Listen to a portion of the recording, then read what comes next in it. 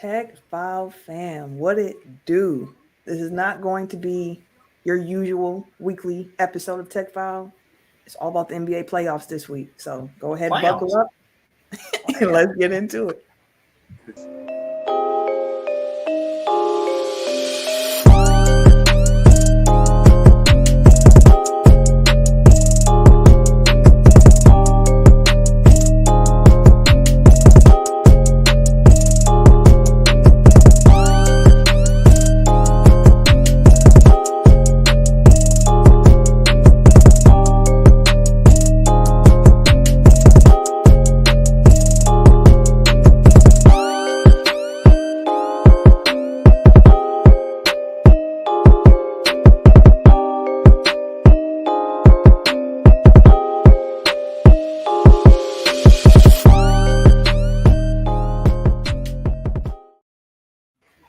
Welcome to episode 289 of Technical File, the sports podcast you never knew you needed. And it's your boy, TIMKINZ, the number 3, a.k.a. Ass Ketchum, a.k.a. Mr. Give It To Me. Give it to me. I'm trying not to get evicted. I am the Eric J. Only known as The Eric J. And I'm Camille, point guard of the crew, the real life Tifa Lockhart, the girl next door. You know, holding it down for all the women who love sports. And it's your boy K Harris, the gentleman. The gentleman. The everyday gentleman. 24/7. Not him disappearing during his intro. Also, he gone, bro. But no, it's KD. My bad. Go ahead. Not the disappearing during the intro. Hey man, that wasn't me. Who was it then, Ken? I don't know. It's a ghost in this motherfucker. Ghost. All right. All right, like I said this week, the show's going to be a little bit different. So before we get into the NBA talk, Eric, do you have a sport fact of the week for us? I don't, but I'll shoot one from the hip. Oh, shoot. The first recipient of the new Maurice Podoloff Trophy for the best record in the NBA goes to your Milwaukee Bucks. Hey. What's that name again? Maurice Podoloff. He used to be the name on the MVP trophy, which is now named for Michael Jordan. Oh, okay.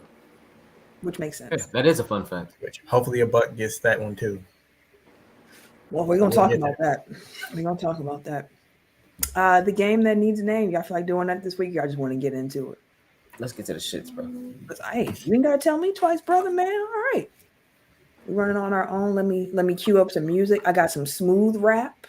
I got some boom bap. I got some chill. What's your mood? Give us some with some bounce in it. A little bounce. Let me see what we got. Bounce in the house. I didn't get to name all these. So this is going to be a complete guess about what's going to have some bounce. All right, let's get into it.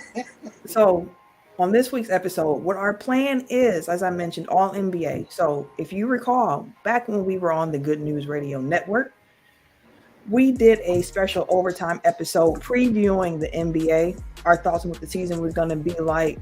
We tried to figure out, what the playoff matchups might look like, or the standings, or year-end awards, and all that good stuff. So we're going to take a quick look back at some of the people who we thought were going to win these year-end awards, and then talk about who we think should win the regular season awards. Again, I stress, regular season awards.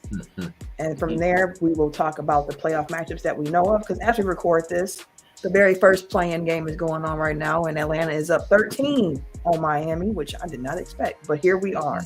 And then the Lakers play after that. So we're not going to spend too much time talking play-in teams and these matchups. We will talk about some matchups we would hope to see that come out of the play-in at the end of the show. So starting off, year-end awards. Let's start just with the big boy here, the MVP award. Do y'all remember who y'all said at the beginning of the year who you thought would be MVP? I do. I had one Joel Embiid. Ken, who did you have? I had Luka. I had Giannis. And I feel like Tim also had Giannis. If I remember I had Giannis with you. Yeah, I think so. at this point, that was before the season. So at this point now, season's closed. Who is your MVP and why? We know Eric's. He put on a great. I was gonna say I made my case 2 weeks ago. Nothing has changed. So, Giannis. I think here's the thing. Just the table set. Like I said last year, I think that Giannis, Embiid, and Jokic are all valid candidates. Whichever of those three you would like to say is the MVP, I think there's a strong argument for that. I don't think picking any of those three is a slight to any of the other two. But I will say, I feel as if, so it's on Twitter and I agree, I feel as if Nuggets fans and Bucks fans won't care as much if their guy doesn't win it. But if Joel Embiid does not win it, Philly's going to riot. I do feel like that is true. Yeah. I mean, that's always the case with anything Philly related. Like they're they're like a hangnail away from a riot. So losing their shit all the time. That's a fact. That's a fact. So for me, I'm gonna stick with Giannis. First guy, I need to pull up the stats, but Giannis, best player in the NBA, best player in the world, has led the Bucks to the number 1 seed with all the various injuries that were going on. Chris Middleton, Drew missing time, even Giannis missing some time himself, but yet and still, he was able to put up a ridiculous stat line to close out this season. So I would go with Giannis myself, but I think Joel Embiid will win it. And I'm not mad at that. I think Joel Embiid's a great option. He's had an outstanding year in the way that his game has evolved, and I'm so happy to see that Philly played through him and understood, like, this is the star. This is the key to our team, not James Harden. And James Harden took that back seat, so I'm happy to see that as well. So I appreciate the pick with Giannis. Yeah, I picked Giannis. I would like it for it to be Giannis, but if it's Joel Embiid, I will not be upset about that at all. I think Joel Embiid has a valid case. And I know, Ken, that's who you thought preseason. Do you still have Embiid? Yeah, Luka. I had Embiid. Oh, yeah, Luka. That's right. Yeah, I had Luka. No, I wish You still got Luka? No, I got Joel Embiid, like, again, for all the reasons that Camille just said, and plus he's been playing out his mind for the past 3 months. The end of the season starting off, ending strong. Ending strong. Nigga, let me fuck, nigga. Tried to fix it, nigga. Goddamn it. I'm sorry. No, but end of the season super strong, and again, like, whoever wins it, like, you can't be mad at, won it 1 through 3. So I'm gonna go Joel though, since he never had it. I feel like that's why he's going to win, because he never had it. So that's the only thing I don't like about his case, is because he never had it. Like, if we want to talk about everything else, you got the best player on the best team with the best record, who's had a great statistical season, two-way, like, and the reason why everybody's so gung-ho on Embiid, not saying that he did not play well, because again, y'all made the case he has had a great season, but a lot of his push is because he never got it, and they don't want to put Jokic in the three-peat category, because then you got to talk about him as one of the ghosts. They got voter fatigue when they gave Giannis his back-to-back, and they just ain't trying to hear none of that shit. I was listening to the national media talk about how Jokic and Embiid, and they did not. Somebody brought up Giannis. They was like, he is on. At some point, they said that Philly had the best record, and I was like, y'all wildin'. But not with Philly, Denver, because Denver was first in the West. They were like, they got the best record over in the West. I'm like, so you giving it to Joker because they got the best record in the West. You want to give it to Embiid on this side because he ain't never got it, but he's leading the league in scoring. All right, but again, you have the best player on the best team with the best record and two-way, and y'all don't really have shit to say. Like, nothing to say whatsoever about my guy. Yeah. That's because they're bored. Giannis is boring, and boring is good in this case. No, it's more so, I feel like, one, they don't want to get Jokic 3 MVPs with no playoff win. Yeah. Well, not no playoff wins, but no chip. Yeah.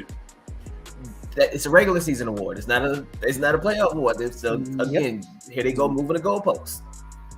And if we're talking about regular season, Giannis has been a Defensive Player of the Year candidate and MVP candidate for the last 5 years. This is year 5 at least. We're moving the goalposts. We're moving the goalposts here, because everything that if they was having the same year that Giannis had, to be a no-brainer. It wouldn't even be close on both sides of the floor. Jokic don't play defense, so you can't say he's a two-way threat. And he's good on defense, but his record with and without the team, Giannis is better. So it's like, I'm not understanding why you have nothing really to say outside of Giannis is great. Okay, but Embiid. The only thing that the knock on Giannis has been that hasn't been as efficient this season as he has been in seasons past. But again, there's always a story behind the numbers, right? Mm-hmm. And when you look at the team construct and see that he was without his number 2, his Robin, and Chris Middleton, although you might want to argue that Jrue Holiday has now become that Robin character to Giannis's Batman, but that's not the conversation for here right now. But without Middleton, Giannis had a bigger scoring load on his shoulders. He had to create more of his own shots, and that's not something that, I mean, he could do it for sure, but we know Chris Middleton is the guy who's to go out and get the bucket. So he had a bigger scoring load, and then again, all the injuries in and out, he took a lot more shots because the offense ran through him a little bit more than usual, and yet and still, where did that stat just go? Only 2 players in NBA history have averaged 30-plus points per game, 10-plus rebounds per game, and 5-plus assists per game on 50% or better shooting in a season. That is Wilt Chamberlain and Giannis Antetokounmpo. And actually, Giannis is actually the only player in NBA history that has averaged those numbers on 55% shooting. He's one of one. I ain't gonna call him out, but douche live right now. No, like, yeah, I understand the efficiency piece, and like if you've listened to the show since the beginning of when we started, like, you know, efficiency is like a big thing for me. But it's like it's efficiency in comparison to past performance. It's like Giannis isn't as efficient as he used to be. It's like, to Kumail's point, like, yeah, because like the context around him has changed. But again, like that was done in service of wins. You know what I mean? Like it's like I don't think that I need to make the case for him. Like he's made the case for himself. And I think that if I don't think that voter fatigue necessarily comes into play with Jokic. Like I don't think people are tired of voting for Jokic. Like I think it is questioning, you know, it's further scrutiny, I think, is the case there. If there is voter fatigue anywhere, it's Giannis who's been doing it for the last 5-6 seasons. Like, okay, we know what it is. There's no new angle here. There's nothing that we can really, you know, grab onto. Like, oh, this is why he did. You know, he's doing this thing this year that he didn't do last year, which is why we can give him the MVP now. Like, there's no story there. There's nothing there. It's like, I'm not comparing the two, but it's like Jordan in the late 90s, where it's like we know what it is. We've seen it. We get it. Wow, it's also like LeBron when he was having his Miami run, where it's like we all know he's the best player, but like we can't keep giving him this award right now. And I saw the Giannis article he had with, I think it was Bleacher Report, where he was like, I feel like I've been MVP the last 5 seasons, but I'm never going to beg for an award that I feel I deserve. So I feel like I am MVP. I want another MVP, but I'm not about to beg y'all for this. Y'all see what I'm doing. Give it to me or not. I'm trying to get another ring anyway. So that's where I'm at. So I was like, my God. Because to be fair, even though Embiid averaged 2 more points per game, scoring leader this season too. Mm-hmm. Congrats on that. Giannis is averaging more rebounds, assists, and shooting a better field goal percentage. In less minutes. Yeah, I was gonna say, and Giannis averages more points per minute than Embiid. Well, he averages the most points per minute in the league. So period. Yeah. And he gets knocked for that. It's not like he played in 63 games, 62 games this 63. season. It's not his fault that he only has to play 30 minutes a night. You know what I mean? Like some nights 24 and still putting up a triple-double. That's what I'm saying. Like that's ridiculous. Like if you want to really compare, then pull up the per 36 and then take a look at all 3 candidates. But we're not gonna stay too much longer on MVP. That conversation has been going on far long enough. So I will say, like, if Embiid gets it, one, he'll finally stop crying about it, so great. But then also, it's like, if he doesn't get it, I don't want to give him extra motivation. Like, I don't want, like, James Harden getting snubbed for All-Star. Like, that's adding up. It's like, no, let them be fat and happy on their little individual awards, and don't get their asses bounced in the playoffs like they usually do. So it's like, you know what? Go ahead. Give them their kudos. Mm-hmm. Let's move on, because I'm more focused on, you know, June than awards in April. I mean, so what would be the bigger upset? If we lost, or MVP Embiid and his Sixers lost? If we lost. They talk, the way they talk it. No, if we lost, that's a bigger upset. We have higher team expectations than what Philly has. Fuck what they be talking about, bro. I'm tired of this. The Bucks have more internal high expectations. If the Bucks get bounced, like they'll be disappointed. Yeah. Okay. Let's move on to Rookie of the Year. Just a clean sweep. I had Paolo Banchero at the beginning of the year. I still feel the same way myself. I got Beauchamp. I'm kidding. No, I got Paolo. I have Paolo, and I had Paolo before his season. But I just want to give some love to my guy because I called my shot coming up to the draft. Also called it with Paolo, so I'm just taking a victory lap all around.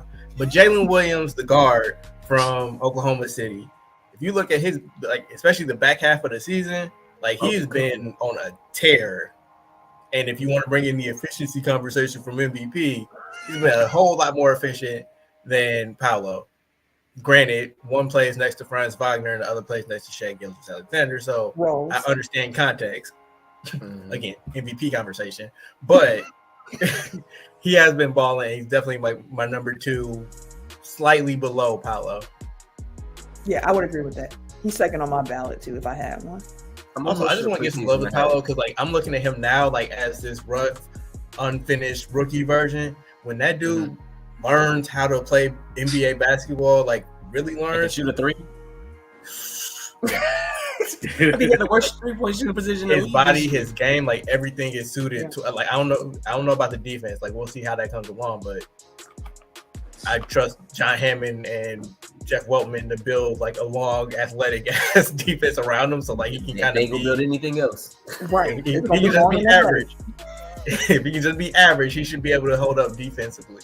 But like offensively, like there won't be any answers for him, especially like when that jumper comes in.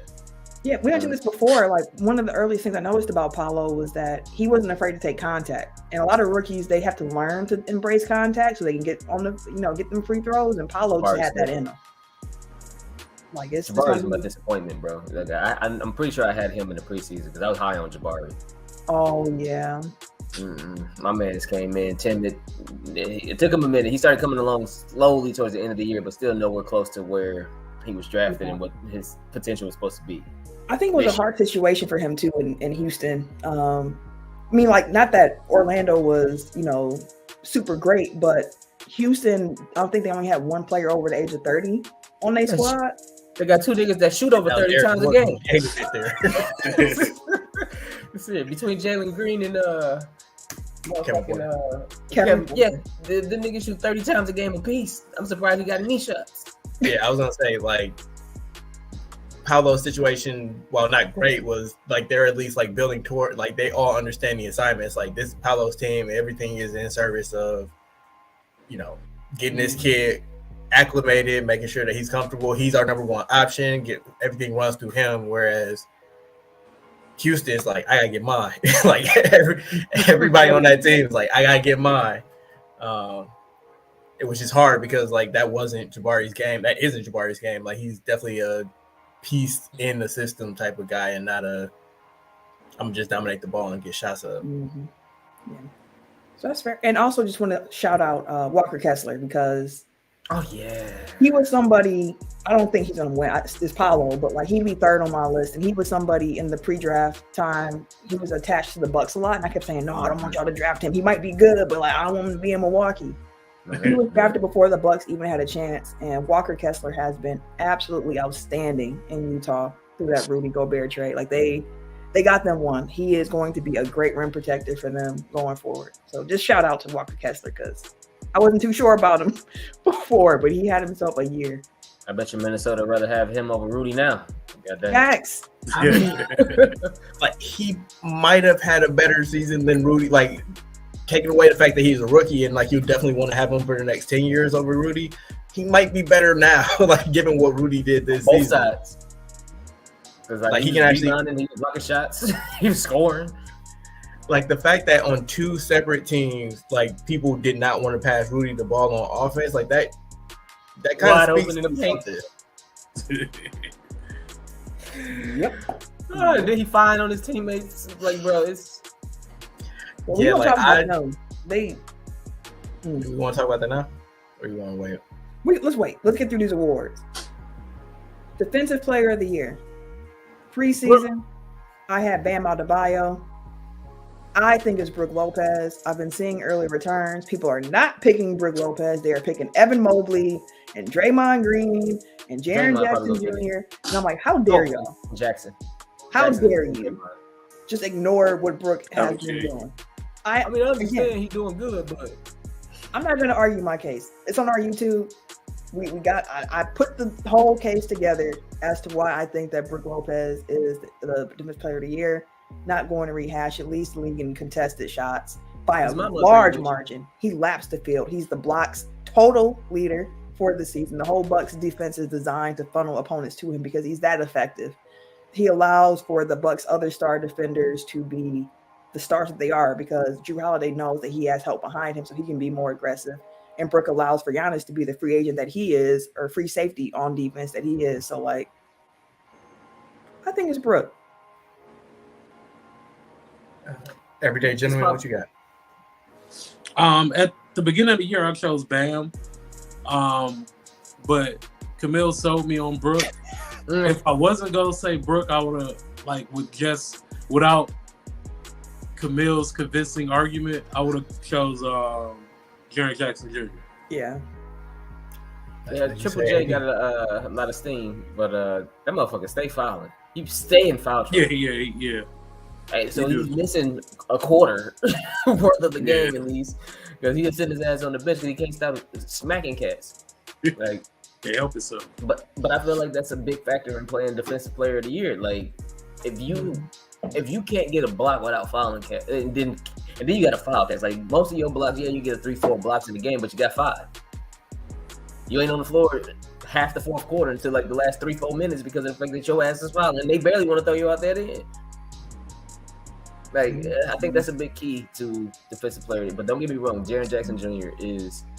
he's grown into what they thought he would be. Yep. That lanky, athletic as crap, defensive menace that can also get you a bucket. Like, he rebounding, he blocking shots, he's stealing the ball. Like, he is nice. Don't get me wrong. Don't get it twisted. It's not like because I like him. I fuck with him. I fuck with Triple J. But my boy Brook, one of these Bucks got to get something, my guy. One of these Bucks got to get something. Like Denzel? Something. Exactly. I'm leaving here with something. And if I don't get no regular season awards, they better leave with that championship. I want another one of these hoodies. I want this gold and white with the Bucks logo on the front. Eric, what did you have, though? Preseason, I had Rudy Gobert, which swinging a miss on that one. Yeah, fucking Minnesota. Big Rudy. My bias pick is Brook, obviously. The only person that I would accept winning this award over him is Jaren Jackson Jr. because, like, despite the fouling, like, he is a defensive menace and he's much more versatile. Like, I don't think it's a one-on-one comparison because, like, he plays more of the 4 defensively. Like, he's much more in the Giannis role than the Brook role. And he still winds up leading the league in blocks. So that tells you, like, the type of erasure that he's producing on defense, not including, like, the steals that he gets, the deflections, the contested shots. And he's versatile, like you mentioned. And he's versatile. He can switch. He can guard perimeter. Probably a better perimeter defender than Giannis is. Truth be told, because he screens a little bit better. So, like, I get the candidacy, and I don't begrudge it one bit. And, like, if it wasn't a Buck who was, like, the number 2 or, like, the 1A to 1B or whatever it is, like, I would definitely probably side towards Jaren. Just because, like, stylistically, like, I probably appreciate that a little bit more than Brook. So, like, I get it. I just got mad when I saw Evan Mobley. I was like, are y'all for real? But anyway, neither here nor there. I got mad when I saw Draymond. It's like the Warriors have the 18th ranked defense. Like, get the fuck out of here. Like, how? They're marveling at the way he's been played the defense and captain it, and they done found some way to pull Draymond into this conversation. Also, he punched somebody from Milwaukee this year. Fuck Draymond. Hey, fuck. And then got somebody throwing an F5 for the dude in the audience saying we allowing you to be here right now. What that supposed to We mean? are. No, I'm playing. He felt threatened. He's like, oh. That ain't no threat, man. That's Speak louder that's if you want to be heard. okay. Tim, did you say yo defensive player of the year? You said Brooke, right? Yes. Okay. All right. I'm gonna try something real fancy for y'all real quick. Hold on. So next up, most improved player of the year. Preseason. I said Anthony Edwards, which in retrospect, I thought that's a good guess. That's a great guess. He's not going to win it this season. In my opinion, it's probably depends on how they go. It's either going to be Lauri Markkanen or it's going to be Shai Gilgeous-Alexander because he's taking another leap. Mm-hmm. Probably Lauri because he got his All-Star. Yeah, I think the lead preseason I had Evan Mobley, which actually I still feel pretty good about that. Like he is much improved. But I would probably lean more towards Lauri because like from role player to all-star starter, like granted injury replacement, but still legit all-star, probably the third or fourth best probably third or fourth best forward in the West, like in totality. Mm-hmm. Like that's a much bigger leap than Shai, where it's like we knew he was good, we knew he was a future all-star. He's kind of just coming through on his potential, as opposed to Lowry, where it's like I ain't see this shit coming at all. I mean, granted, if you watch Eurobasket, you be like, damn, he was balling. But like you think like, oh, it's just he back home, he feels comfortable. But like to bring that into the NBA season, like to me, that indicates a higher level of improvement. Yeah, I would agree with that. I'd agree with that. Yeah, I think Lauri got it. And you see how he has to. He said he's fulfilled his military obligation. Oh no, I think one of y'all put it in the group. Yeah, I think it was Kyle Kuzma who was like, they saw that man shoot this year and said, sign him up. We need that. Kim, who was your preseason pick? I believe my preseason pick was Zion. Honestly. Oh, you thought he was gonna take a leap? Yeah, mine was Zion. He can leap on the court. The only way he get that is if he improve his games played. Exactly. He just had to stay on the court. He couldn't do that. Drop him on yeah, I'm going marketing though. Yeah, that's a clean sweep. Okay. Yeah. All right, next award up, sixth man of the year. Bobby. I really think wish. he considered top three, bro. That's actually who I picked preseason, so I'm gonna stick with my pick. I really wish. I think if he didn't get injured, he would have had such a stronger case. But I think it's the injury combined with the Bucks getting even deeper at the trade deadline, where it's like his minutes got decreased. mm-hmm. More than likely, though, I can see Brogdon winning it. That was my preseason pick. I had Malcolm Brogdon. I think he still has a great shot, but Emmanuel quickly came on. Came on at the end of the year, and Knicks tape talks. So I think, because it's he definitely gonna get it. Yeah, he gonna get it. But he had put up a couple 30-40 point games. Like, god damn. All right, bro. One thing I want to say about Quickly's candidacy, and I'm going to undercut it before I even say it, but like I think part of being a six man is being able to be plugged in as a starter. But if you look at his splits of his stats when he's a starter versus when he's coming off the bench, like there's a dramatic difference. Like I think it's like 19 a game as a starter and like 12 a game as a six man, like as the actual bench player. Whereas I don't know if Brogdon started more than a handful of games. So like he primarily, I mean, a requirement is you have to come off the bench more games than you started. But like that can be like wildly fluctuating between like, 10% of your games off the bench versus 30% of your games off the bench. Like that makes a big difference. So again, that's just an interesting little wrinkle in the candidacy of Emmanuel Quickly. yeah. Boy, the Heat ain't trying to, man. So, sorry, sidebar. I said if the Heat won tonight, I was like, maybe I might just, peruse to see what they talking about downtown or something like that. Man, they out here getting smoked, bro. Yeah. Smoked. It's almost a 20 ball going in a half. Yeah, dog. It's sad business. Okay, last award to discuss here. Coach of the Year. I had Ty Lue. Ty Lue was still an amazing coach. He again had to coach through a season of many injuries. No, don't do that, Ken. Don't be hating. Don't be hating on Ty Lue. You know Ty Lue is cold. But it's Mike Brown for me. I didn't even have the Kings making the playoffs. No, it's I am definitely, making play. It's a no-brainer right there. yeah, definitely Mike Brown. They the third seed, like Mike Brown. Love I to should see. have followed my gut though, because I did say preseason. I'm like, I just want to shout. Like, I don't have enough guts to like put them in, but like I do want to recognize the Kings because like they play really well down the stretch, and I like how Fox and Sabonis played against each other. So Mhm. it don't count because I was a coward and chickened out. But yeah, no, it's Mike Brown. Like definitely, he came in and still instilled a new culture. Mhm. Like the defense is still trash, but that offense is like I think they had the highest offensive efficiency in NBA history. I think that was a clean sweep. Y'all said Mike Brown too, right? Yeah, Yeah, absolutely. ain't no ifs and buts about it. Like, you might Absolutely. give him the trophy. Like, if he don't get it, who you giving it to? Mike Hey, Malone. Budenholzer. Hey, I hope Mike You get got a the best couple. record. He should be on a couple ballots, not first, but probably like third or fourth down there. But Mhm. no, it's definitely Mike Brown. Okay, that's our award talk for this NBA season. Now it's time to talk about the playoffs. Playoffs.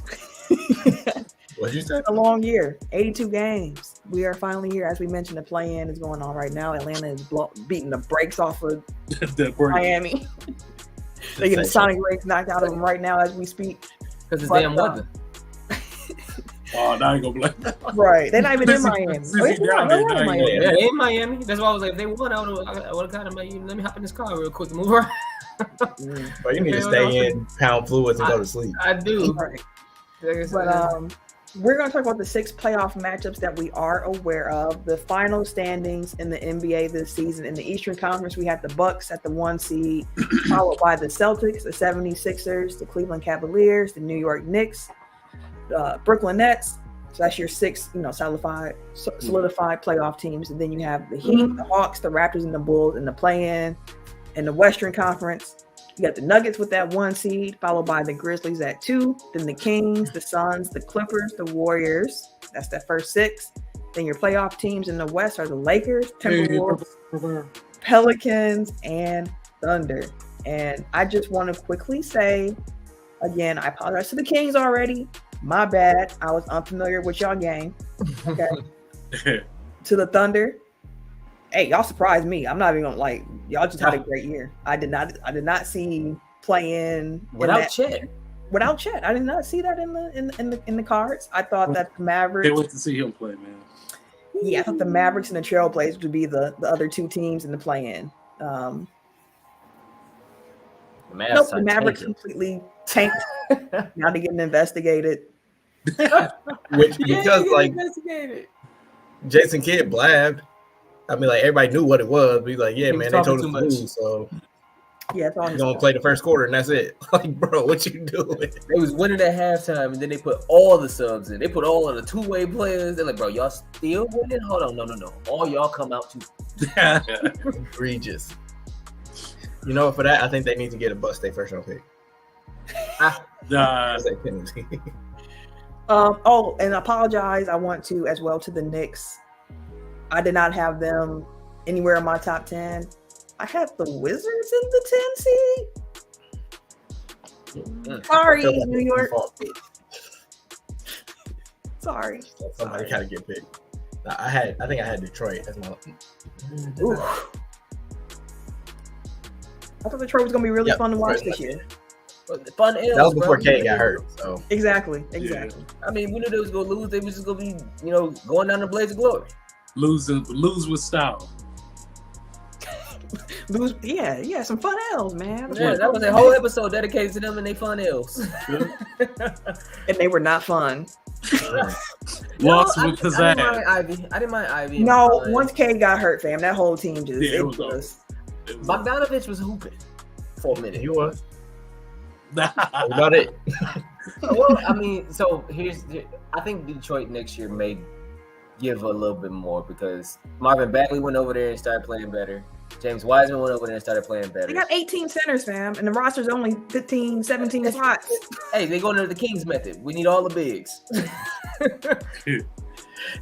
No, like the team I thought Detroit was going to be this year is Orlando. Like I thought Detroit was going to have Orlando season where it's like it's going to be rough early on, but you'll see flashes and then they'll kind of put it together and hopefully make a push on the back end, which is essentially what Orlando did. They played 500 ball the second half of the season.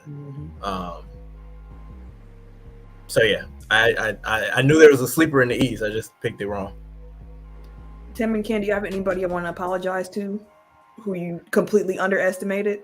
Or someone you want to yell at because you thought they were going to be better and they folded? Shit, Dallas. Outside of that, like, Yeah, that's the only one. You It's Dallas. motherfuckers. Y'all, I think when they got Kyrie, it was the 5th seed at that point or something like that. They had like a 90% chance to make the playoffs when they acquired Kyrie. And it wasn't even his fault. No, No, definitely not. Well, I mean, partially because them niggas can't play defense, but they knew that when they got him. They didn't bring him there to do that. Exactly. they traded all his defense away. They're like, we'll just outshoot you. Like, nah, y'all not. We'll try, but now y'all not. You know, I had Dallas and Portland as like my last two playing teams, so I didn't have Me too. high expectations for them anyway. But Minnesota is the one that really screwed it for me because I had them as a 3 seed because I thought that they would be like a good regular season team, which, you know, Cat got hurt for more than half of the season, so that could be explained as part of it, but they haven't looked good, save for a few flashes every once in a while. And they definitely didn't look good with the original team that they had. Like, they only started looking good once they brought in Conley and made that trade at mid-season. So, you know, Minnesota, I thought Gobert was going to come in and anchor a top 5 defense like he usually does. I thought Cat would have more freedom playing the 4. He gets to live his best life out on the perimeter, which has been his MO like his entire career. Anthony Edwards did what he was supposed to do, so I don't fault him at all. But yeah, it never came together, and then they finished off the season fighting each other, literally. And punching fighting each other and the walls. So all I gotta say is tough break. That's because literally McDaniels be. I was looking at ESPN earlier. They were talking about how McDaniels was like this season LeBron's toughest guard. Like, yeah, the man played defense. He was in his pocket. I saw that Minnesota used McDaniels and Gobert against AD and LeBron, and neither one of them will be available in that playing game tonight. So, what can you say? Oh, you know what, Ken? I'll probably now you all smug. Now what happens if they lose? Yeah. Hey, it's gonna be you and Cody all over again. Like you just here all night. Why you doing me like this? You can't keep doing this to me. The laugh I laughed listening to y'all last week, man. Like, my God, I laughed so when Eric froze. See, y'all make me not even want to smile in case I freeze. Dog, that was hilarious. Your pose was so funny. Like, that's the pose I had in my senior picture in high school. Like, it was perfect, dude. It was perfect. It was perfect. Oh, man. But the funniest part of it, let me get back to I'm sorry. The funniest part was when Eric came back and he's like, I heard everything y'all said. That's when I really lost it. Because I heard everything. I heard you saying this. I heard you going to get Sam. I heard it all. Yeah, for all y'all. Hey, when Tim say, hold on, Sam gotta see this. Hilarious. I do want to say though, I almost got the Eastern Conference playing picture completely right. Again, I thought the Wizards would be in it, but I had the Heat at 7, the Raptors at 8, and the Bulls at 9. Oh, okay. I saw that coming. I had 9 out of the 10 teams in the East right. It just was the Hawks that had them at 6. And I didn't have New York in there at all. So, yeah, my 7, 8, 9 was Atlanta, Miami, Chicago. We saw the Miami thing coming this year. All right. Well, I mean, like last year felt like smoke and mirrors to an extent, and then they lost PJ. So yeah, it felt to me like I think I said in the preview, I was like, this Miami Heat, this team ain't gonna be what they were. This diet Miami Heat this year, and they sure are. Where are Might be war by the time this episode, comes out on the audio platform. So, okay. Let's talk about these matchups that we got. We know 6 of the current NBA playoff matchups. In the West, we are going to have the Kings and the Warriors. Ooh, what's the California battle? We're going to have the Suns and the Clippers. Ooh, Somebody's season's going to end in disappointment in that series. Yeah. Yep. Big time. And then the East, we know that we have the Cavaliers and the Knicks and the 76ers and the Nets. And I would just like to start off by saying, because it's 4 different playoff series for us to preview here. If I would have been told at the beginning of the year we were going to get Philly, Brooklyn in the playoffs, I would have been so excited. The storylines write themselves. Like, oh, Ben Simmons is back, and James Harden, and Kevin Durant, and it's about to be crazy. But no, Kevin Durant is now in Phoenix. Kyrie is in Dallas. Ben Simmons is not playing basketball. Right. So it loses some of the luster there for me that I had before. So that's probably like the series I'm least looking forward to watching now. And it would have been the series I was most looking forward to watching. But of the 4 that we know, it is the one I'm least looking forward to seeing. One, shout out to the Dunker Spot podcast. They got picked up by JJ Riggs production company. So making moves. But I listened to their play and preview, and Steve Jones Jr. almost convinced me that Brooklyn got a shot, but it feels like overthinking it. So I'm gonna still stick with Philly. But he did mention some matchup things, some ways that they defended Embiid, which is basically just double the fuck out of him and then dare everybody else. Get it. And like Claxton, while he's a little light in the wallet, he does have the length. Light in the wallet. I've never heard that phrasing before. Yeah, it means he has no ass.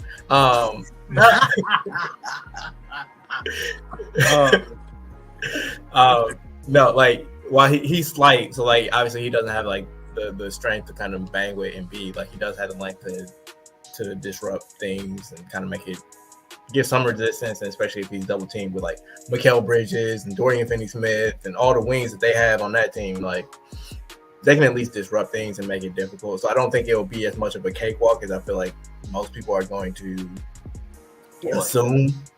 But yeah, I think it's Philly. Yeah, I think Philly wins that series too. But I do think that Brooklyn is going to, make it a little interesting, give it a little razzle-dazzle on it. They got a couple flamethrowers, depending on if they show up or not. I put Cam Thomas to drop a 40. Bridges to drop a 40. That'll be about it. Couple fun facts. Cam Thomas has the most 40-point games for Brooklyn this season. More than KD, more than Kyrie. Also, since the trade deadline, Spencer Dinwiddie, Mikal Bridges, and Dorian Finney-Smith have played more minutes together than KD, Kyrie, and James Harden did. Total? As Nets, yeah. That's crazy. That's nuts.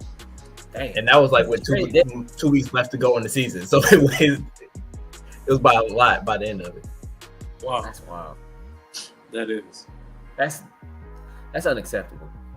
That's just disappointing, bro. Tim, like, I'm not even mad. I'm just disappointed. I mean, because you had 3 max contract players. That's a lot of fucking money to pay them to only have for you to trade for 3 cats, and they surpassed the minutes that they've played together in 3 years in 3 months. 2 months. That's wild. You just blew money. Tim, who you got in this series? You have Philly too?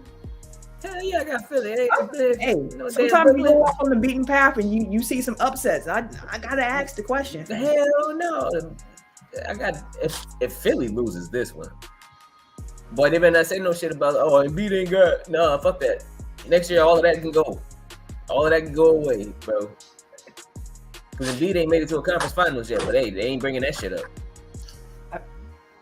I have no rebuttal. I was gonna say facts were stated.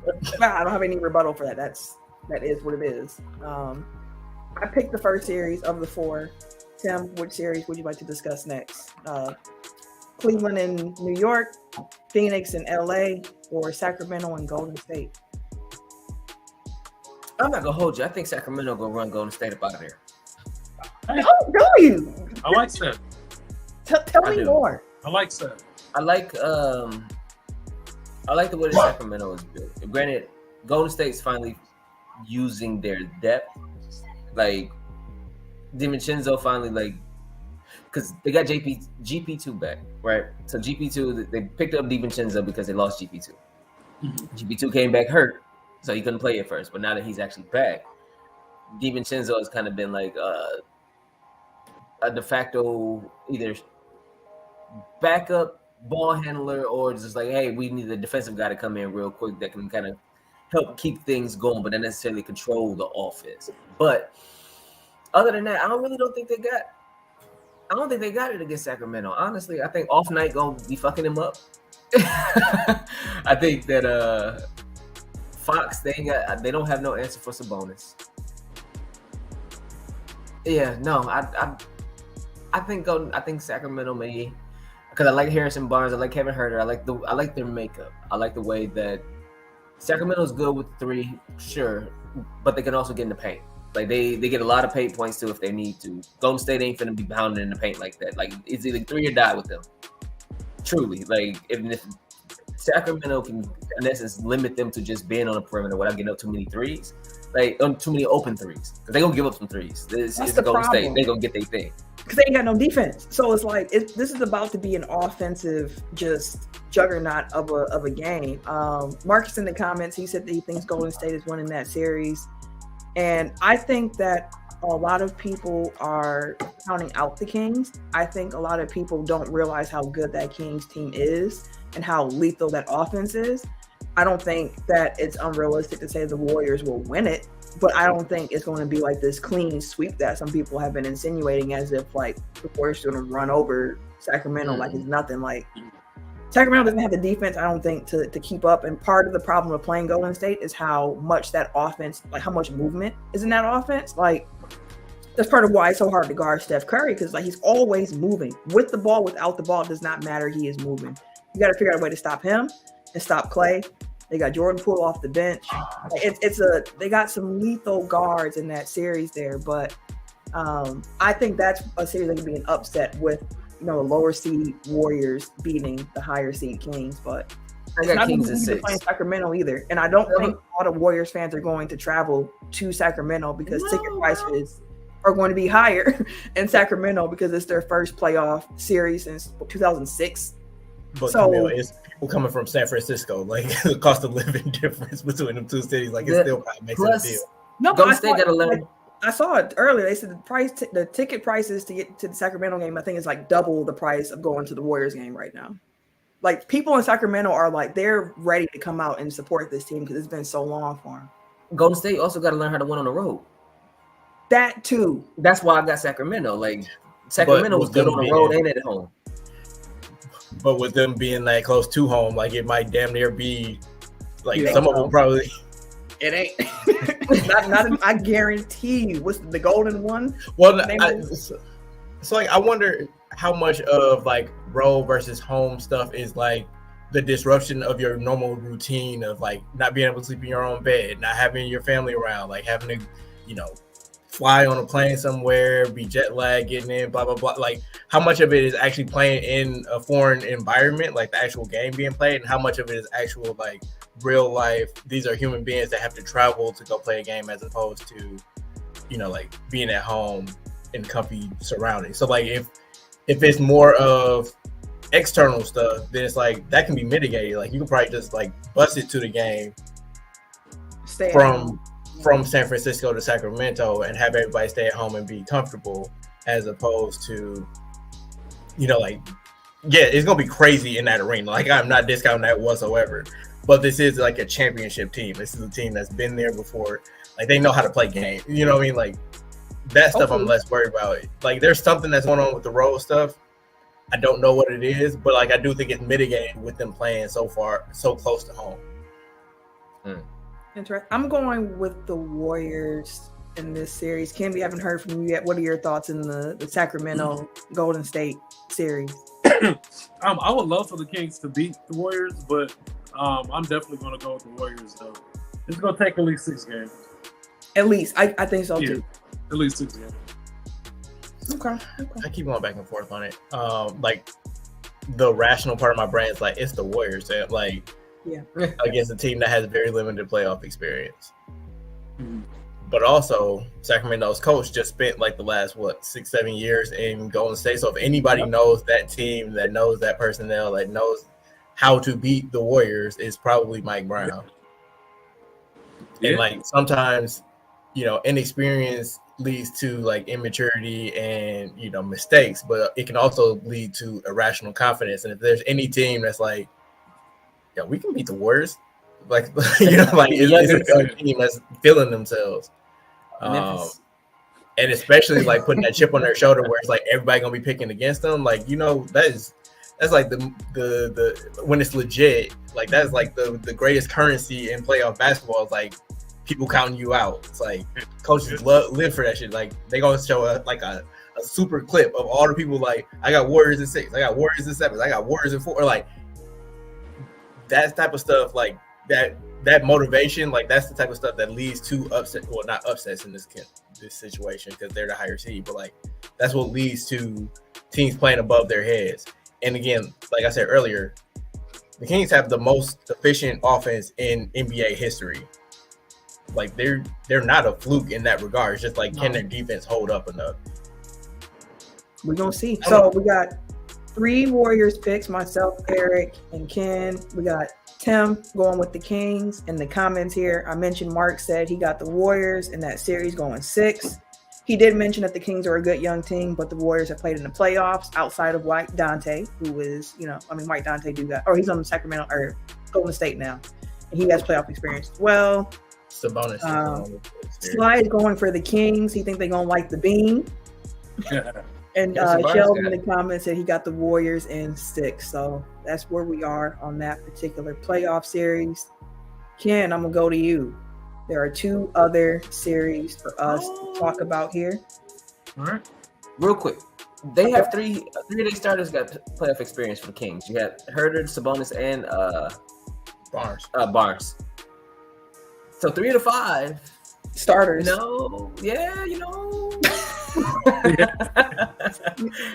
in there. It's in there. Harrison Barnes is the real one right there, but okay. But yeah, Ken, you want to talk about the Suns and the Clippers, or you want to talk about the Cavaliers and the Knicks? Boo the Clippers, but we will talk about the Lakers and the Wolves. Wait, what? Not there yet. Huh? We can't go there yet? Oh, my bad. That wasn't one of the options. You like Giannis picking Ja in the All-Star draft. Like I said Suns and Clippers or Cavaliers and Knicks. We will talk about your Lakers to close the show. I think you said the Lakers. Hold on, wait a minute. My bad. I won't listen. I was excited to talk about my Lakers. I'm sorry. We talk about the Suns and Clippers. Keeping them both. Okay. Phoenix, that's another 4 or 5 matchup right there. This is one where if everybody was held, if they had Paul George, I might have some more hesitation. But Ken, I'm curious to get your thoughts on Phoenix versus LA. I know you ain't gonna pick the Clippers on GP, but Yeah. what are your thoughts on this series? Yeah. I think it's actually gonna be a fun series to watch. So Paul George won't be back. Not to start. He'll be back for game 1. Okay. Because I think he's the main factor of if the Clippers can possibly beat the Suns or not. So if he comes back and able to play at his normal rate, I feel like the Clippers will beat the Suns. Everybody, especially national media, is like picking the Suns to go to the finals or whatever. Because of Kevin Durant. But yeah, but I don't know. I still think they need time. I still don't think that this is their year that they're going to the finals. Yeah, I see Shells has popped in the comments saying this is going to be Suns bench versus Clippers bench. And that's the thing. So, the Suns ain't got no real depth. Like, they are very top heavy. Mm-hmm. And the thing with Clippers actually do have some depth on their team. Like, they have some guys who can go on their bench. it'll be interesting to see how that matchup is going to be. And of course, to Mark's point, Kawhi versus KD is going to be excellent. Paul George was cannot playing, bro. wait to see it. I just really, really wish Paul George was here because Him and Booker. yes, And then Russ on Chris Paul. yes, And you had Zubac on Ayton. Like that'd have been great. Terrence Mann coming off the bit. Come on, bro. Like they would have had that'd have been fun. That would have been fun. fun. It's still gonna be some fun. Like Yeah. to see the Suns team and that Clippers team, but this is the series that I'm going to make my prediction last. I need to talk through this with y'all a little bit because I haven't landed on which way I'm going to go in this matchup. I Like, think I have. I'm with you. Like if Paul George is playing, I definitely would pick the Clippers over the Suns. Like see, I don't know if it would be even that easy for me if he was playing. Like the matchup is so good to me. they wouldn't have no answer for Paul George. Like the Suns ain't that like defense like that. They ain't got that. So like here's how I'm thinking it through, right? And like part of my issue is like when I listen to these national shows and podcasts and stuff, like I'm kind of arguing against them. So like I don't actually formulate like my own like thought through. It's just like kind of like, yeah, but like to whatever they're saying. So like I'm trying to I'm thinking I'm Timming right now. Like I'm thinking this as I'm saying it. So like it may not make sense. But I think we'll get there. So like where I'm trying to break it down like is okay, one side of the ball versus the other. So like Clippers on defense, Suns on offense. How does that look? And then Suns on defense, Clippers on offense. How does that look?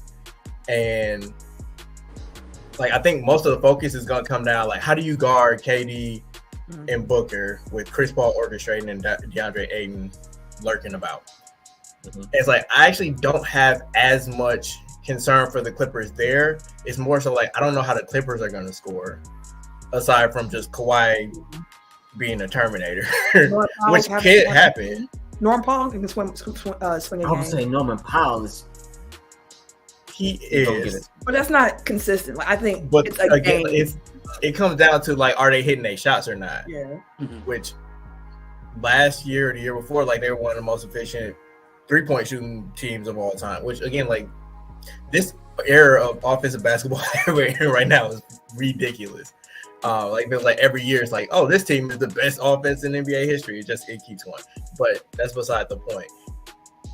Like all year, the Clippers haven't really run any type of offensive system. It's just been like go out and get buckets, which is what you need in the playoffs. But you kind of have a base, a base level to say. I don't know. Like I'm talking this out as I'm thinking it. I don't know. I'm in the same boat. So let me see if I can drive for a second. The Clippers, the players that the Clippers have, is some of the toughest shot making cats, like the tough shot makers. Even with Phoenix, and like I said, the Phoenix defense ain't really like that. So you have Kawhi who's gonna he'll pull up on KD, he don't give a fuck, and he'll hit that motherfucker too. Like you have some of the. Which is why I give the Clippers the edge because Devin Booker is a tough shot maker. Yeah, KD is a tough shot maker, but I feel like the Claw I need him. Let me take KD, and I'm gonna be in this motherfucker pocket the whole time. Like KD still kind of getting his groove back. KD still kind of coming back into the zone from injury. KD is still kind of figuring out with the team. Who's better to disrupt shit than the Claw with KD?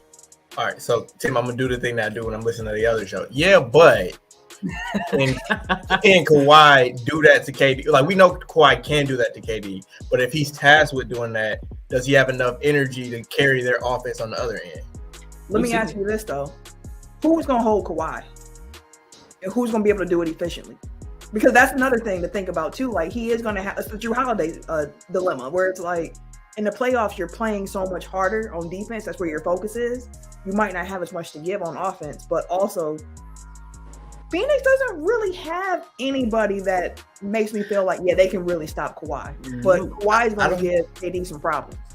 I don't think it'll be necessarily like stop Kawhi. I think it'll be like PJ Tucker, where it's like, can you at least leave them on an island? Like, they go get cooked, but like you don't have to send help.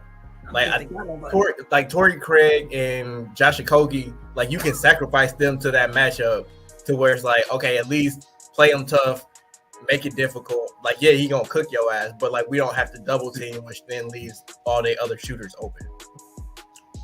Why I go put his elbow on one of them motherfuckers' head and pull up, bro? What you talking about?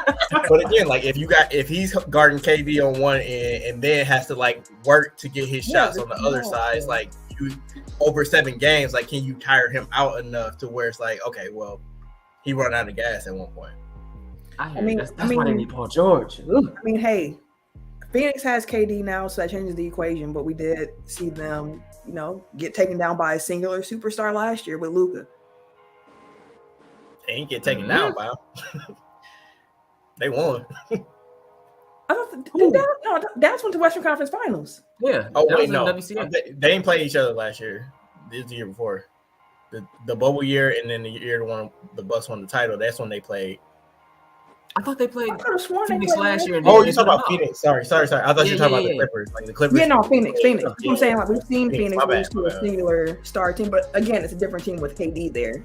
But They don't have that bench though. That That's bench a different- last year. like that was part of Phoenix's.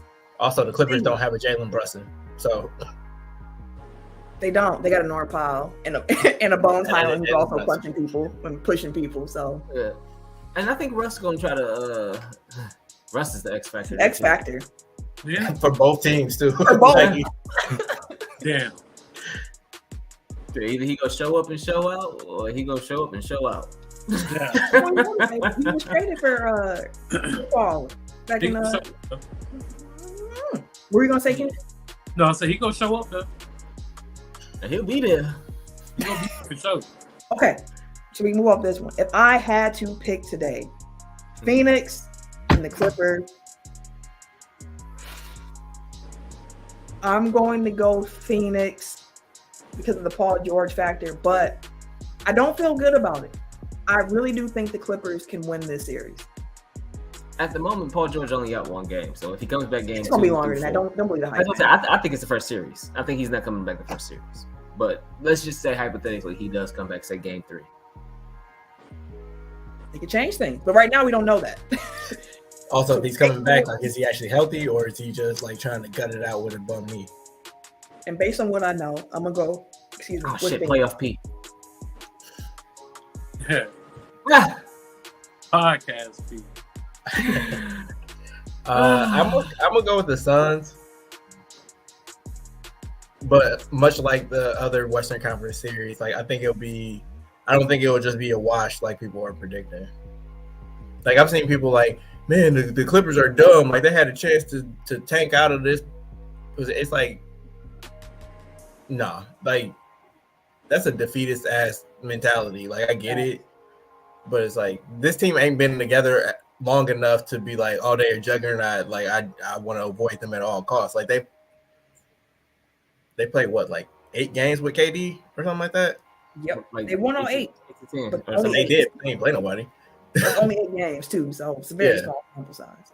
That's what I was saying. Like, if anybody can disrupt that flow, because he's still getting acclimated with them, he's still working his way back. In a hot series where shit's starting to get a little hectic, or your shot ain't falling early in the game, or like I said, Kawhi in his pocket or whatever like that. That whole team thing may kind of start flying out the window. Like, no, give me the ball, bro. Let me just go ahead and work this out, figure this out. Fuck what y'all talking about. Y'all ain't doing shit anyways.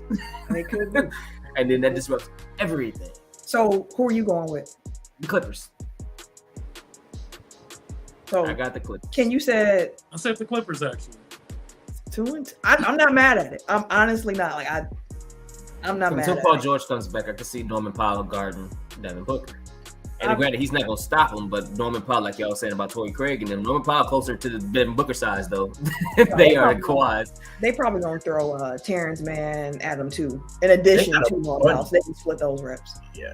I was gonna say they got a bunch of options. Like that's the thing about the Clippers. Like, it's a lot of like sized talent, but like they're deep as hell. Like you can just keep throwing people at them. Like that's why I'm like, you don't even necessarily have to put Kawhi on KD to start. Like you can kind of buy him some time, like hide him somewhere else and conserve his energy and just keep throwing like Nick Batum, Marcus Morris, Terrence Mann, Eric Gordon, Norm Powell, like just throw bodies at him, like throw different looks at him. Him, KD, because like basically it's like force Chris Paul. Can you force Chris Paul to have to be a scorer in this situation? If you can, you win. Exactly. Yeah, I forgot they still had Covington too. So Robert Covington. Yeah, no, I got the Clippers.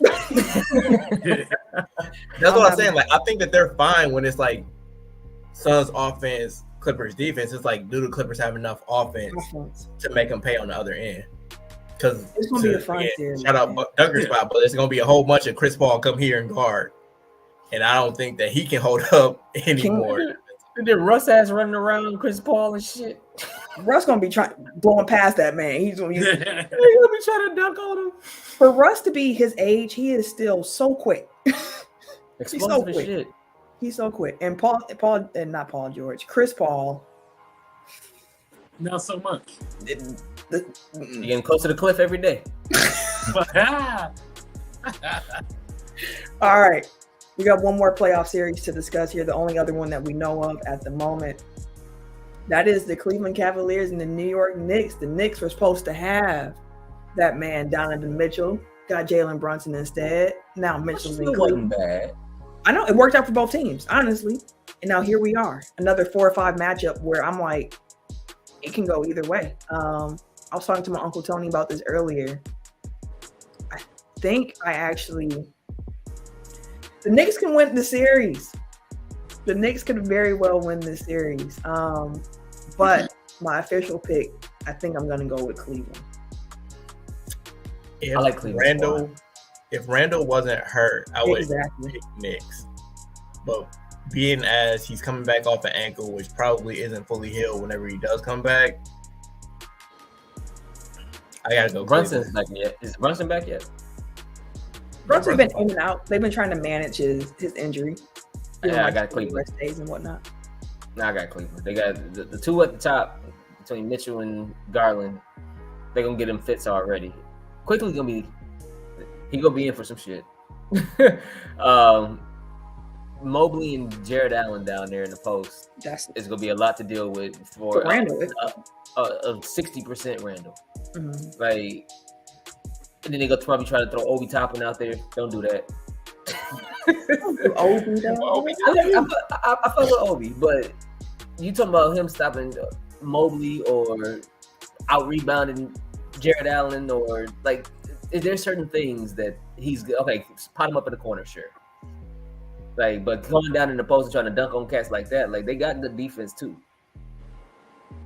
It's gonna be. Yeah, I got Cleveland. I got Cleveland. I would love for the Knicks to advance to the next round because I think we will see them. The winner of this series plays the winner of the Bucks versus whoever they got.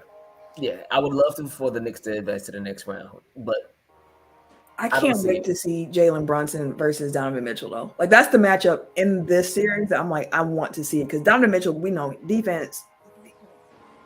He's been better this year. He's been better this year, but we know it's not his calling card. And as we were just talking about with Kawhi, playoffs, if you're how much energy are you putting in on both sides of the ball here? So I'm curious to see the matchup between the two of them. And then, of course, in Cleveland, they have those bigs behind them. And like we talked about already, I'm curious to see how that's going to play with Julius Randle.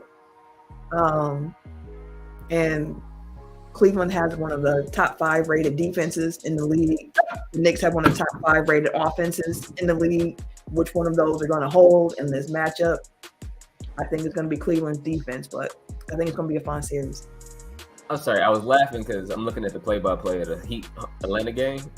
And it was like, Okongwu blocks Max Struss's 24-foot shot. Heat offensive rebound. Okongwu blocks Cody Zeller's layup. Cody Zeller offensive rebound. Okongwu blocks Cody Zeller's 3-foot layup. I'm like, dog, he having a whole block party. I like Okongwu though. Like when they played the Bucks, I was like, oh, they might got something, bro. Yeah, that's why we'll get there, but I'm like, I would rather see Miami than Atlanta if that's the choice. But that being said, two things. One, to clean it up, they could have had both. Like it wasn't Brunson or Mitchell. Like they could have made the Mitchell trade after signing Brunson. That just would have cost them RJ, which that ain't much. No offense, RJ. I like RJ. He's improved this year too. Fuck it. Offense, RJ. I don't care. Like I think he's overrated personally. Yeah. Again, like it comes down to the Randall injury. Yeah, I don't have much to say. Like I got Cavs. Ken, you got. Oh, that's what I knew. I had a point. Cleveland is kind of like East Coast, Eastern Conference, Sacramento, where like aside from Mitchell, like their team doesn't have much playoff experience. Not that the Knicks really do either, but like you don't know how these people will perform in the high pressure, game plan specific nature of the playoffs. So like that may be one thing to keep in mind. At least New York has Brunson, who went to the Western Conference Finals last year with Dallas, and then like they were terrible, but the Knicks at least made the playoffs 2 years ago when they played the Hawks. Ken, what are your thoughts, sir? Yeah, I'm gonna go Cavs. Just for a lot of the reasons that you all alluded to. Randall being hurt is a major key, so that's why I'm definitely Major going. key. Huh? I said major key. Yeah. Well, yeah, I'm gonna go Cavs though for sure. Okay, I'm not mad at it. So Cavs all around for this one. I can't wait for this to get started. So we were talking earlier about how the Heat were getting the Sonic rings beat out of them. They picked some more of those rings up. They're continuing their journey here, and they're only down by 8 as we currently speak. So the question that I have to pose to close this week's show, since again, I see Sheldon in the comments said Cavs in 5. Only one game for New York, you think? I can see it. Donovan Mitchell ain't gonna waste his time playing no damn defense. If you want to go bucket for bucket, he got you. But he ain't finna waste his time chasing your ass around the damn perimeter. We seen that with him and Jamal Murray was trading 50-point games. They were 40-point games and shit like that. He'll ass, but he ain't guarding your ass. Okay, so again, there are 4 matchups that we are not sure what they're going to be at because of the play-in tournament that's going on right now. 3 of us here, Tim, myself, and Eric, are Bucks fans. You can see I got the Bucks gear on tonight. Ken is our Lakers fan here, and they are in the play-in as we talked about. They see Timberwolves tonight. Timberwolves team that is self-destructing. So first, let's start with the Lakers here. Ken, in a perfect world here, assuming the Lakers win and get into the playoffs, would you prefer to see the Lakers matched up against Memphis or see the Lakers matched up against Denver? So pretty much, would you prefer for the Lakers to have the 7 or the 8 seed? I prefer for us to have the 7 seed. I want to play Memphis. I feel like we have a better chance at beating Memphis. I feel like we match up a lot better against Memphis. And I'm absolutely confident that we can definitely beat them. So I don't disagree with your trade. I think the Lakers can beat Memphis in large part, as we talked about with a couple other matchups, the injuries, unfortunately. Memphis being down Steven Adams and Brandon Clark, like their front court is thin. It's thin, and you're going against Anthony Davis. Yeah. And LeBron James, who's now a 4 at this point in his career. So, like, that's the front court you're going against, and you're thin at your front court. Like, as Tim would say, give it to me. Yeah. I will say I appreciate Dylan Brooks being like, yo, I want to play LeBron. Like, I want that challenge. Like, if his wardrobe choices and his antics on the court have taught me anything, it's like he don't care about being embarrassed. So that's kind of like that's the mentality you gotta have. It's like, yo, fuck it. Like, if I look stupid, I look stupid. But like, I want the smoke. That's fair. That's fair. I understand that. Yeah, I feel you on that. Yeah, I would. If I was a Lakers fan, I probably would rather see Memphis. Although I don't know what y'all gonna do with Ja. What about Bane, bro? Because everybody seems to keep forgetting that Desmond Bane is over there. That the motherfucker put 25 to 30 on YouTube. Like for real. Like Desmond Bane is an efficient. He's a good freaking player. He's real quiet too. So nobody really talk about Desmond Bane when they talk about the Memphis Grizzlies. They talk about Triple J. They talk about Ja. They talk about Dylan. Talk about Steven Adams. But nobody says they're Bane, and Bane will just quietly drop 25 on your head. He does his role. He does his job. I get it. Okay, Bucks fans. 4 teams here in the play-in. Atlanta, Miami, who's playing now. Toronto, Chicago. Who would you prefer for the Bucks first round matchup to be of those 4 teams? Chicago. Yeah. I I think maybe who, to spin it the other way, who do you least want to see? Toronto. I don't care. Bucks and 5 at the very worst. I don't care who. Is there any team that's like most likely to take them to 5 then? Toronto. See, I say Atlanta. Like, it maybe it's colored by like the way that Atlanta played them tough at the beginning of the season. Granted, obviously Chris wasn't there, but it was more so like what they could do to disrupt Giannis. That gives me pause. But yeah, it's the Kongwu Capella combination up front where it's like that's always the team that gives the Bucks trouble. It's like they have a versatile, long guy that can play Giannis at the point of attack and then have somebody to clean it up on the back end. So like, which is also why it's like Cleveland's like that second round matchup is gonna be like, yeah, it's a little tough for Giannis specifically, but like the rest of the team, like, yeah. Mobley ain't got nothing from Giannis, but Allen would give him an issue. Yeah, he's trying to dunk on Jared Allen every time you see that man. But one thing I did want to say when you were talking about that matchup and talking about Giannis, one thing I will be curious to see against Atlanta, because the way that they use Brook Lopez has changed from the beginning of the season to the end of the season. He's taking far less 3-pointers and he's working a lot more inside the arc. So I'd be curious to see with those big matchups how they would try to utilize Brook Lopez against them.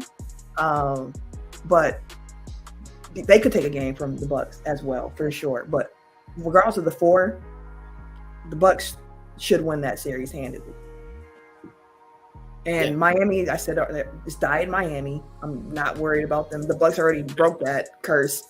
I was gonna say, like, knock on wood, but like I think they've solved Miami at this point. Yeah, and that was like, Miami fans today. All up there where who you rooting for? Milwaukee. What you talking about? Oh, y'all must be Heat fans. We've been there, done that. Fly in the comment said, yeah, Chicago for easiest.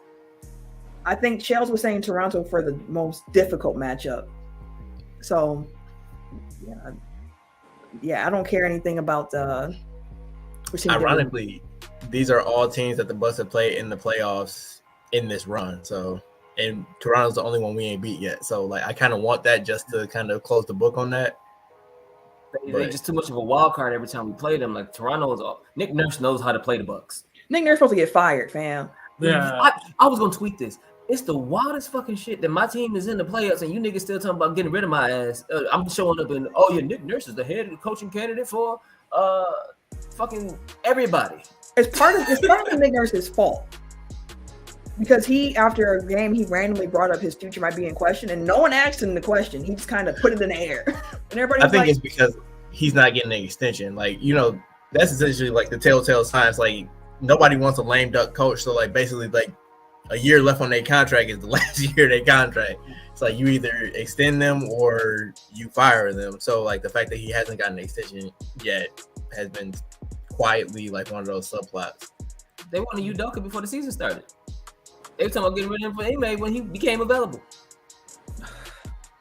They've been depending on Ime Udoka for that Toronto gig. It was either Toronto and it was somebody else, but Ime, they were someone out for some coach openings. Shells in the comments said the Bucks need that lick back against Toronto like they did Miami. And I was talking to my guy AJ, Tim's cousin, about Toronto, and he seemed to have forgotten that Toronto had beat us previously in 2019 in the playoffs. Like, they've beaten us twice in the playoffs.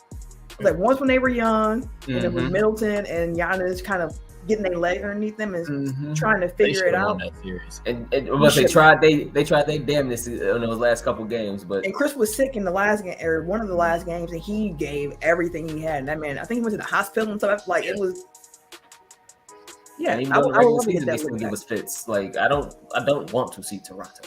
I don't care. Bring them. Yeah. Bring them forward. Bring them to the front of the congregation, please. We have something to Like- discuss. Similar to what the Clippers are going to be doing to Chris Paul, and be like, "You come here and get this work." That's how I feel about Toronto. It's a big fact. All right, well, that's all we have for today. I wish the only thing about the play-in tournament is that it throws off like playoff previews and whatnot. Because by the time we come back next week, everything's going to be off and running. So we'll have to figure out how we're going to communicate to y'all who we got winning those other 4 playoff matchups as they come. But we already said Bucks and whatever. It don't really matter for that one. And I think we would all probably agree Boston and whatever for their series. Is there anybody that you think can give Boston any trouble, like of those 4 teams? Miami played them well last year, Eastern Conference Finals and all, but like I don't Toronto see. It's the same. I Toronto feel the same can't- way and they about- division foes too. So like they played them often. I feel the same way about Toronto or Cleveland or not Cleveland, Boston as I do Milwaukee, where it's like line them up, bring them, they're gonna win. It doesn't really matter. They're gonna win, and it's gonna be a sweep or a gentleman's sweep. Boston got it. Oh, one note I just want to make: Toronto and Chicago might be the ugliest game of basketball you will see this season, because both of those teams have very strong defenses with a lot of versatile defenders, and their offenses are dog shit bad. So like that might be the rockiest of rock fights. Just be forewarned. Well, Atlanta's pulling away again, guys. I think it's gonna be Atlanta in the 7th seed.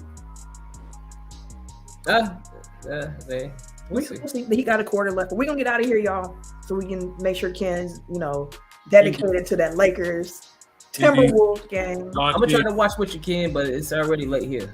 Yeah, I was Bro, like, bro, you computer do an says hour seven. ahead too.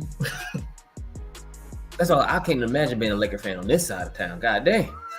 Oh, yeah. No, You that's gotta rough. wait till midnight for the game to start. That Eastern Conference or Eastern Coast like that, Eastern Standard Time. That's Well, where's the flooding at? Ain't gonna be able to do it. right. Okay, y'all. We're gonna get out of here. I don't really have too many kind words to part on y'all this week. All I'm going to do is again just encourage y'all to tell people that you care about, that you love them, whether they're friends, family. Someone pops up on your mind, reach out to them. It's probably a reason why they're on your mind. So reach out, communicate how you feel about people, and be safe out here, y'all. Absolutely. Be safe. We're gonna Just- bounce.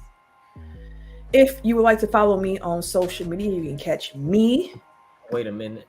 on Twitter, Instagram, these PSN, 2K, and Hogwarts Streets, and my Apple Music at Camille Monet, CAMILLEMONAE. If you're watching on YouTube, it's right here. Oh, and I will quickly say this as well, because last time I was about to be on the radio, I didn't tell y'all, and y'all was all like, "Why didn't y'all say you was gonna be on the radio?"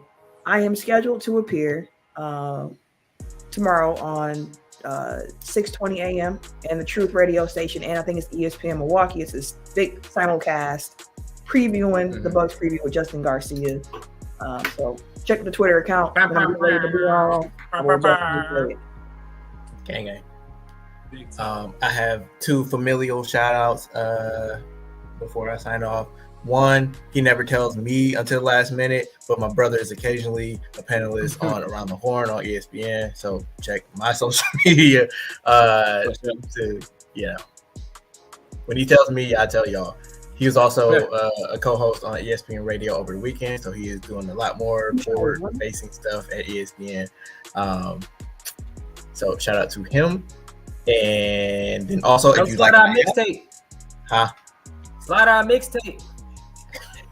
Yeah. You already be wearing our gear and stuff on campus. He wear the gear. He be reposting the show. I appreciate it. I truly do. Slide our mixtape. Hey, you know Stephen A already got it, so Back. It's in his rotation already. Just took Tim whole smile away. But if you like my hat, my cousin at J Riley, she has a store she has a store at Sherman Phoenix. She does earrings, hats, scarves, anything you can crochet. She does. Her stuff is awesome. So shout out to I her. was digging the Schoolboy Q, bro. Shut up. I need to get me some earrings from her. Yeah, I finally found a bucket hat that can fit over my hair. So That's a problem. Big ass hat. It needs to be. These locks be big, fam. Hate to Oh, see Ken's Sheldon in the hat. comments, I know we're doing our outro, but he said, shout out to the bro. He be killing it on Around the Horn. So, absolutely. My cousin also called me today and was like, hey, that the brother of one of your co-hosts? I said, I didn't know you didn't listen like that to my No, I be locked in on y'all, fam. I thought that was his brother. So, yeah, shout out to him. 414 Love on top of that. always. But if you want to follow me on Twitter, oh nope, wrong way. I don't know how to do this. There we go. Ah. At Butch Burner on Twitter. That's all you get. That's all you get. Is that your left hand? Yeah, because I don't have sure a beard, so it's like it's messing with me. Everyday_ just over there on Instagram. K Harris 216 on Twitter, and then Snapchat. That's it. That's all you got. Yeah, Well, then it's your boy TIMKINZ, the number 3, aka Ass Ketchum, aka Mr. Give It To Me. Tim, now you see how I feel on your intro, where it's like, "Are you done? Are you finished? Is that it? Is that all?" Yeah, I ain't Can I feel talk like now? that, but I hear you.